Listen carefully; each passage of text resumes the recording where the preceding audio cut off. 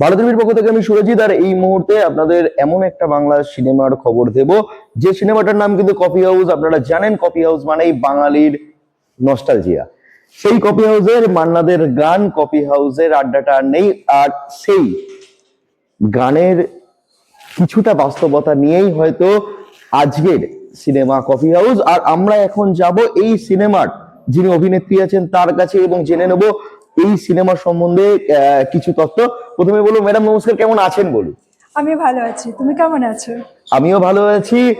তো এই যে সিনেমা কফি হাউস যেটা অলরেডি রিলিজ করে গেছে, যদি রিলিজ ডেটটা একটু বলেন। কফি হাউস এটা বেঙ্গলি ফিচার ফিল্ম। এটা রিলিজ করেছিল 25 অগস্ট 2025-এ অল ওভার ওয়েস্ট বেঙ্গলের ডিফারেন্ট সিনেমা হলে।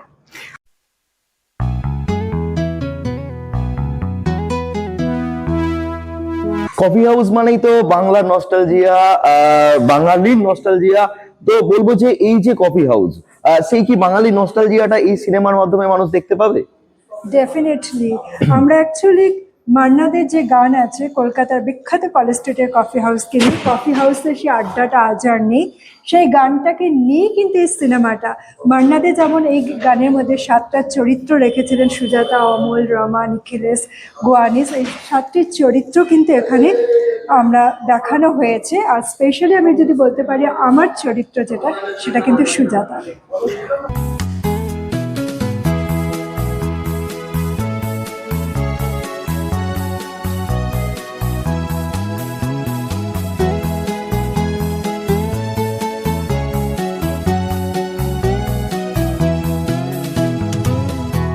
একদমই তাই। সুজাতার ক্যারেক্টার, সেই মান্নাদের গান, সেই গানের কিন্তু পরতে পরতে আমরা এই সিনেমায় এসে হয়তো আমরা দেখতে পাবো। আর এই সিনেমাটার আরো কিছু তথ্য জানার আগে একটা ছোট ব্রেক নেবো এবং আপনাদের এই সিনেমার ট্রেলারটা কিন্তু তুলে ধরবো। ট্রেলারের পরে আবার সরাসরি ইন্টারভিউতে আসছি। ততক্ষণ আপনারা দেখতে থাকুন এই ট্রেলারটা।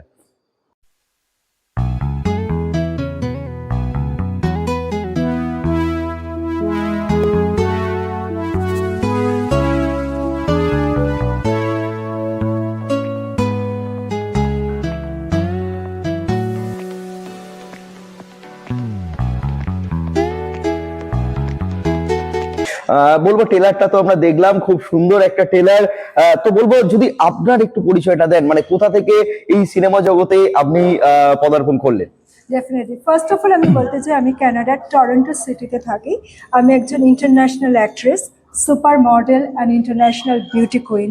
আমি কানাডাতে বিউটি পার্সেন্ট উইন করি 2020-তে। তারপর আমি India's next super model, grand Asia queen, অনেকগুলো ইন্টারন্যাশনাল বিউটি কন্টেস্টের আমি উইনার। আমার প্রফেশনালি অ্যাক্টিং মডেলিংয়ের জার্নি আমি বলি এটা কানাডার টরন্টো শহর থেকেই ইন্টারন্যাশনাল আমি শুরু করি। আমি কানাডার বিভিন্ন ব্র্যান্ডের হয়ে আমি মডেলিং করি, ইংলিশ মুভি করি, ইংলিশ মিউজিক ভিডিও করি। তারপর আমি ইন্ডিয়াতে বিভিন্ন ব্র্যান্ডের, বড় বড় ব্র্যান্ডের আমি মডেল হিসাবে কাজ করি। যেমন একটা এক্সাম্পল দিতে পারি, সেনকো গোল্ড অ্যান্ড ডায়মন্ড, তারপরে কানাডার ম্যাডোরা জুয়েলারি, অরিফ্লেম সুইডেন, এরকম প্রচুর ব্র্যান্ডের আমি ফেস। আর আমি মিউজিক ভিডিও বললাম, আমি ইংলিশ মিউজিক ভিডিও আমি করেছি কানাডা টরন্টো সিটিতে। বাট কফি হাউস যেটা আমার ফার্স্ট ইন্ডিয়ান ফিচার ফিল্ম, আমি এই মুভির লিড হিরোইন। তবে এখানে একটা ইন্টারেস্টিং ফ্যাক্টর আছে, আমি বরাবরই যেহেতু একজন ইন্ডিয়ান ভারতীয় হিসাবে আমার ইন্ডিয়ান ফিল্ম ইন্ডাস্ট্রি আমার অত্যন্ত প্রিয়। আর খুব ছোটোবেলা থেকেই আমার মডেলিং অ্যাক্টিংয়ের প্রতি একটা প্যাশন ছিল। আমি যেহেতু ডক্টর ফ্যামিলি থেকে বিলংস করি, আমার বাবার একটা কন্ডিশন ছিল কি হায়ার স্টাডিজ করে তারপর তুমি অ্যাক্টিং মডেলিংয়ের জন্য ভাবতে পারো। তো আমি হায়ার স্টাডিজ করতে আমি যাই অস্ট্রেলিয়ার মেলবোর্ন সিটিতে। তো তারপরে আমি প্রফেশনালি চিন্তা করি অ্যাক্টিং মডেলিং। তো কফি হাউস মুভিটা করার একটা রিজন আছে। আমি যেমন বললাম আমি কানাডা টরন্টোতে থাকি। তো আমি যখন কানাডা বা আমেরিকার মতো দেশে আমি যখন স্টারবাকসে যাই, আপনারা না দেখলে বিলিভ করবেন না, ওখানকার যে প্রবাসী বাঙালিরা আছে, আমরা ওখানে যখন কফি শপে আড্ডা দিই, তারা কিন্তু কলকাতার এই কলেজ স্ট্রিটের কফি হাউসকে নিয়ে ভীষণ ইমোশনাল অ্যান্ড আবেগপ্রবণ হয়ে পড়ে। সেটা আমি কিন্তু ফিল করেছি বিদেশে থেকেও। তো এই যে আমার কলেজ স্ট্রিটে কলকাতার প্রতি ভালোবাসা বা কলেজ স্ট্রিটের কফি হাউসের প্রতি যে ইমোশনস, আবেগ, বাঙালির যে আবেগ, সেই আবেগ থেকেই কিন্তু আমি এই কফি হাউস মুভিটা কাজ করার জন্য আমি রাজি হই। কফি হাউস মুভির জার্নিটা কেমন ছিল, যদি কিছু মজার ঘটনা বা ছোট ছোট কিছু বলেন আমাদের জন্য। ফার্স্ট অফ অল আমাকে বলা হয়েছিল সুজাতা।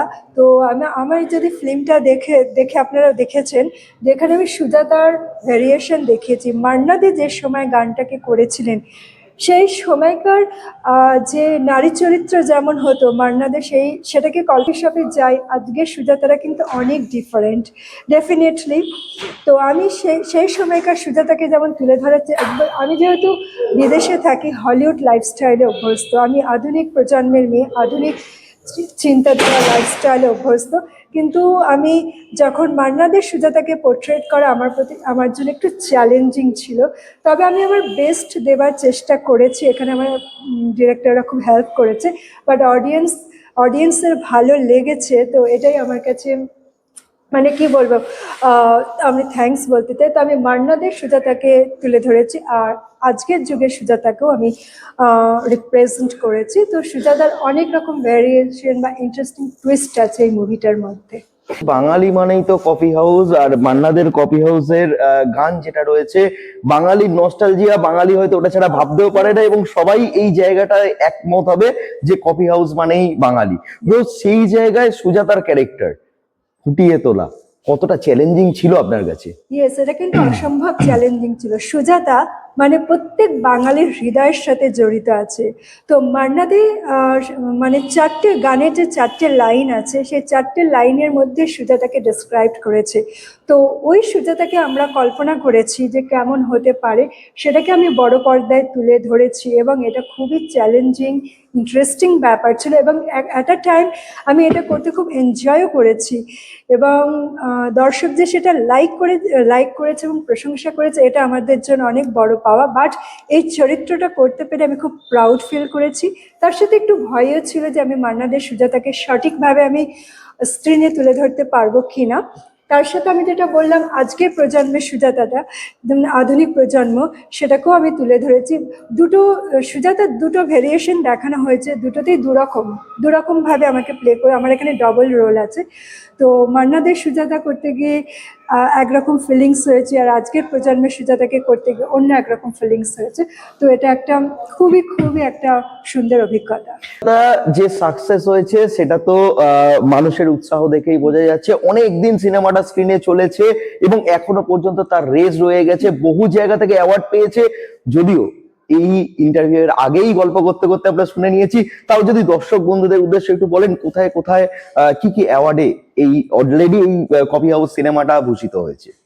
হ্যাঁ, তার আগে আমি একটা বলতে চাই যে কফি হাউস মুভিটা, এটা 25 অগস্ট 2025 রিলিজ করেছিল।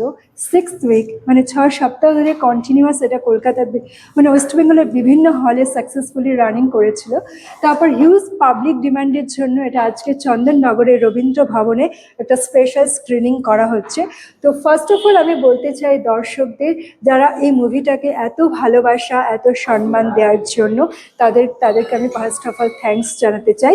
কিন্তু এর আগে আমি একটা কথা বলতে চাই, এই কফি হাউস মুভির দুটো অন্যতম আকর্ষণ আছে। আপনারা সবাই জানেন, বাংলার টলিউডের অন্যতম মানে প্রখ্যাত নামকরা নায়িকা নুসরাত জাহান, তিনি আমারও খুব ফেভারিট নায়িকা এবং বাঙালিদের তো সবারই খুব ফেভারিট। তো নুসরাত জাহান আমাকে এই কফি হাউস মুভি প্রমোশনে আমাকে প্রমোট করতে এসেছিলেন। তো আমার এটা ফার্স্ট মুভি, কিন্তু নুসরাত জাহানের মতো এত বড় অভিনেত্রী আমাকে প্রমোট করেছেন এবং খুব এনকারেজ করেছেন এই কফি হাউস মুভিটা করার জন্য। তার জন্য আমি নুসরাত জাহানকে থ্যাংক ইউ জানাতে চাই। আর সেকেন্ডলি যে কথাটা বলতে পারি সেটা হচ্ছে কফি হাউস মুভির টাইটেল সং।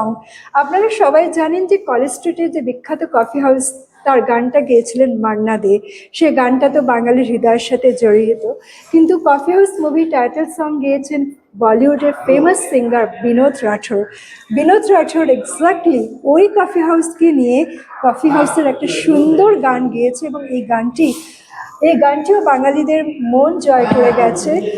আর গানটির মধ্যেও মান্নাদের গানের মধ্যে সুজাতা এই চরিত্রগুলোকে উনি তুলে ধরেছেন। তো বিনোদ রাঠোরের গাওয়া এই কফি হাউস গানটি এই মুভির অন্যতম একটা আকর্ষণ বলতে পারি। আর অ্যাওয়ার্ডের কথা, এই কফি হাউস মুভিটি কিন্তু অসংখ্য ইন্টারন্যাশনাল অ্যাওয়ার্ড পেয়েছে। ফার্স্ট অফ অল আমি বলবো এশিয়া ফিল্ম অ্যাওয়ার্ড, যেটা থাইল্যান্ডে হয়েছে ডিসেম্বর, এবং আমাকে ইনভাইট করা হয়েছিল থাইল্যান্ডে যাওয়ার জন্য এবং অ্যাওয়ার্ডটা কালেক্ট করার জন্য। তো আমি best actress for the coffee house movie award পেয়েছি। তার সাথে শুধু আমি নয়, এই মুভির অন্যতম সিঙ্গার বিনোদ রাঠোরও কিন্তু এশিয়া ফিল্ম অ্যাওয়ার্ড পেয়েছেন ফর দ্য বেস্ট মিউজিক এই গানটির জন্য। তাছাড়া আমি অ্যাওয়ার্ড পেয়েছি কফি হাউস মুভির জন্য best actress, this is call দাদা সাহেব ফালকে। আপনারা জানেন দাদা সাহেব ফালকে ইন্টারন্যাশনাল অ্যাওয়ার্ড, এটি ভারতের একটা অন্যতম একটা অ্যাওয়ার্ড। তাছাড়া আমি অস্ট্রেলিয়ান অ্যাওয়ার্ড পেয়েছি as the best actress for the coffee house movie. তাছাড়া আমি মুম্বাই থেকে বেস্ট অ্যাক্ট্রেস কফি হাউস মুভির জন্য, এছাড়া বিনোদ রাঠোরও পেয়েছে।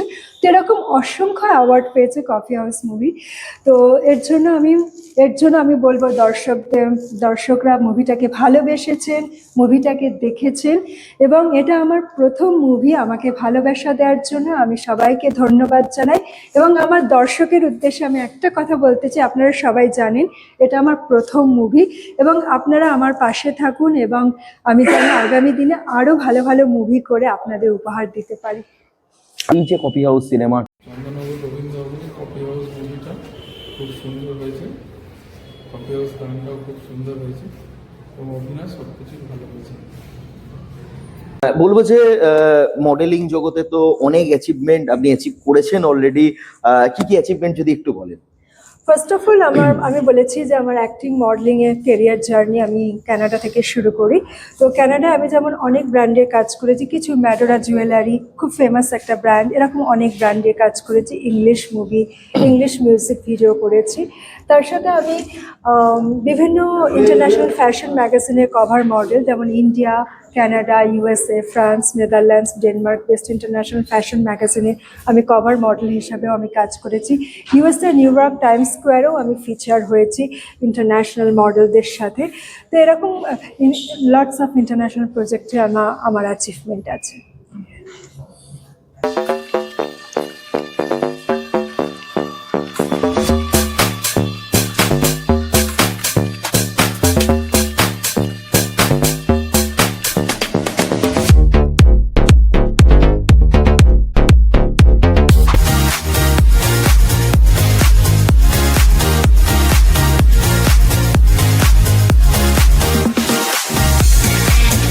তা যে মানুষগুলো দেখতে চায়, মানে যাদের এখনো দেখা হয়নি, তারা কিভাবে দেখতে পাবে? অ্যাকচুয়ালি আমাদের কিছু ফিউচার প্ল্যান আছে। আমরা কলকাতা, টালিগঞ্জে আমরা মুভিটাকে নিয়ে আসতে চাইছি ইন দ্য ফিউচারে।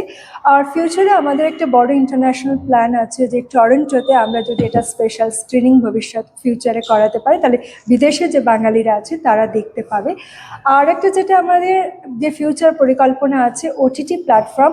ডেফিনেটলি আমাদের মুভিটা বড় কোনো ওটিটি প্ল্যাটফর্মে আসবে, কিন্তু এক্স্যাক্টলি আমাদের এখনো ডেট আমরা এখনো কিছু ডিসাইড করিনি। আমরা ডিসাইড করলে আমরা মিডিয়া কনফারেন্স করে আমরা জানিয়ে দেবো এই মুভিটা কখন অ্যান্ড কোন ওটিটি চ্যানেলে অ্যাভেলেবেল হবে। আগামী দিন কোন প্রজেক্টে আপনাকে দেখা যাবে? ওয়েল অ্যাকচুয়ালি আমি বললাম ইয়েস, আমার কিছু কিছু প্রজেক্টে কথাবার্তা চলছে। তো ওটা আমি পরে এটা ডিক্লেয়ার করব। বাট আমি জানি যে ফিল্ম ইন্ডাস্ট্রি আমার খুব ফেভারিট। আমি অনেক ভালো ভালো ফিল্ম করতে চাই। তো কিছু প্রোডাকশন হাউসের সাথে আমার অলরেডি কিছু কথাবার্তা হয়ে চলছে, ফাইনাল স্টেজে চলছে। তো সময় এলে আমি ডেফিনেটলি মিডিয়াকে জানাবো আমার আপকামিং প্রজেক্ট লিস্ট।